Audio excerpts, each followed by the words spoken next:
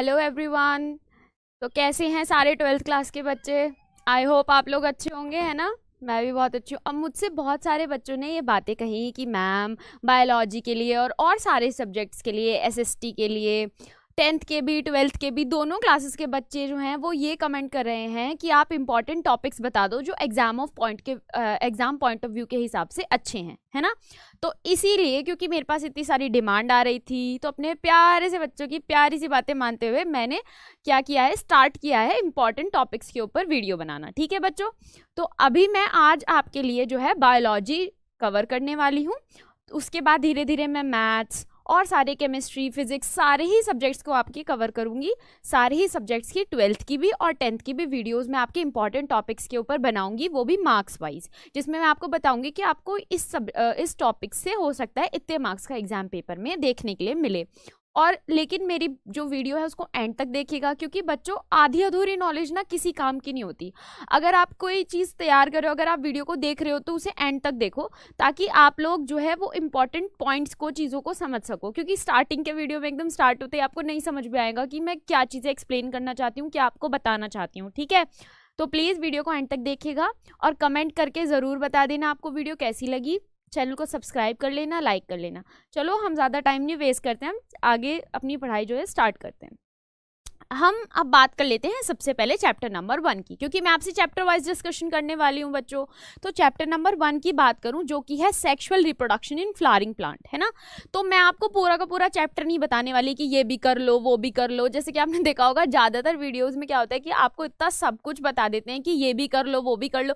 मैं आपको सिर्फ कुछ टॉपिक्स बताने वाली हूँ, लेकिन वो कुछ टॉपिक्स है ना जो वो आप बहुत अच्छे से तैयार करना। ठीक है, जैसे कि इसमें एक तो एंथर का स्ट्रक्चर, हो सकता है इस बार पेपर में आपको एंथर का स्ट्रक्चर देखने के लिए भी मिले, क्योंकि देखो स्ट्रक्चर ना एक ऐसी चीज है कि वो कुछ ही स्ट्रक्चर्स हैं आपकी बायो की बुक में 12th में। मतलब ऐसा है कि जैसे कि आपका मेगास्पोर मदर सेल का स्ट्रक्चर हो गया, एंटीबॉडी का स्ट्रक्चर हो गया, या फिर प्लाज्मिड का स्ट्रक्चर हो गया, और एंथर का स्ट्रक्चर हो गया।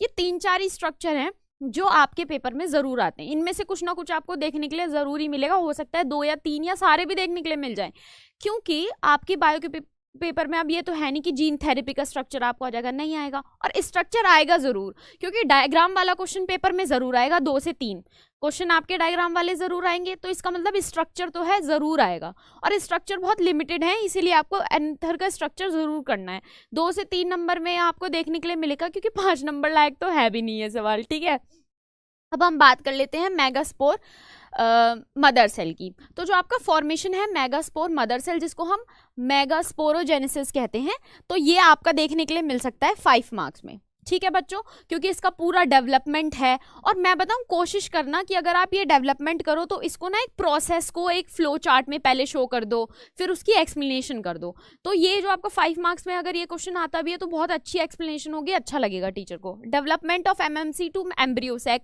ये भी बहुत अच्छे से तैयार कर लेना, ये भी पेपर में 5 मार्क्स में देखने के लिए मिल सकता है। ठीक है, डेवलपमेंट ऑफ एन एम्ब्रियो, तो ये जो डेवलपमेंट ऑफ एन एम्ब्रियो वाला जो है आपका, ये आपको याद होगा फ्लावरिंग प्लांट्स में ऐसे है, 2 सेल स्टेज आती है, फिर एक हार्ट स्टेज आती है, फिर एक मैच्योर कॉटिलेडन्स के साथ आपका एम्ब्रियो बनता है। तो वो वाला पूरा डेवलपमेंट, उसमें एक डायग्राम भी है, आप एक डायग्राम भी उसका तैयार कर लेना। हो सकता है 5 मार्क्स में है, लेकिन मुझे लगता नहीं है इस बारी पेपर में वो ऑलरेडी, जब मैं थी 12th में तब आया था वो क्वेश्चन 5 मार्क्स में। बट मुझे ऐसा लगता है कि इस बार 1 से 2 मार्क्स क्वेश्चन में हो सकता है डायग्राम रिप्रेजेंट करके आपसे कोई एमसीक्यू पूछ लें, या एमसीक्यूज में देखने के उस बार उसको ज्यादा चांस है। 1 से 2 मार्क्स में आपको देखने के लिए मिल सकता है, इसलिए कॉन्सेप्ट थोड़ा अच्छे से पढ़ लेना, अच्छे से तैयार कर लेना। ठीक है, आपका स्पेशल मैकेनिज्म ऑफ रिप्रोडक्शन है ना। रिप्रोडक्शन के आपके 3 स्पेशल मैकेनिज्म हो गए, एपोमिक्सिस, पोलीएम्ब्रियोनी और पार्थेनोकार्पी। तीनों अच्छे से तैयार करना, पढ़ लेना क्या है, क्योंकि उसमें इतना कुछ नहीं है, थोड़ा सा ही लिखा है, वो विद एग्जाम्पल है, आप उसको पढ़ के एक बार समझ लेना कि क्या है। 1 से 2 नंबर में ही आएगा, हो सकता है एपोमिक्सिस आ जाए, पॉलीएम्ब्रियोनी में से कोई क्वेश्चन आ जाए, या फिर पार्थेनोकार्पी में से आ जाए। तो 1 मार्क्स में या 2 मार्क्स में ही इसका क्वेश्चन आएगा। ठीक है, एजेंट्स अडेप्टेशन की बात कर लूं अगर, देखो ऐसे बहुत सारे प्लांट्स होते हैं जो पॉलिनेशन कराने के लिए अडेप्टेशन करते हैं, है ना, सारे बायो के बच्चों को पता होगा। तो वो अडेप्टेशन जो है वो किस लिए करते हैं, उसका फंक्शन क्या है, और साथ में वो एजेंट्स कौन से हैं जो पॉलिनेशन कराते हैं। तो क्या अडेप्टेशन है और क्या एजेंट्स हैं, ये दोनों आपको बहुत अच्छे से तैयार करने हैं। मैंने आपको प्लांट्स के नाम भी बताए किस किस के लिए आपको तैयार करना है। तो कॉर्न, वाटर हाइसिंथ, वेसेलिनेरिया, यूका और एमोरफेलस, आपको ये 5 जो हैं आप लिख लो। और इन 5 के लिए ना आपको एजेंट्स भी, भाई विंड से होता है, इंसेक्ट से होता है, और किस तरह की अडेप्टेशन है जिससे पॉलिनेशन करते हैं।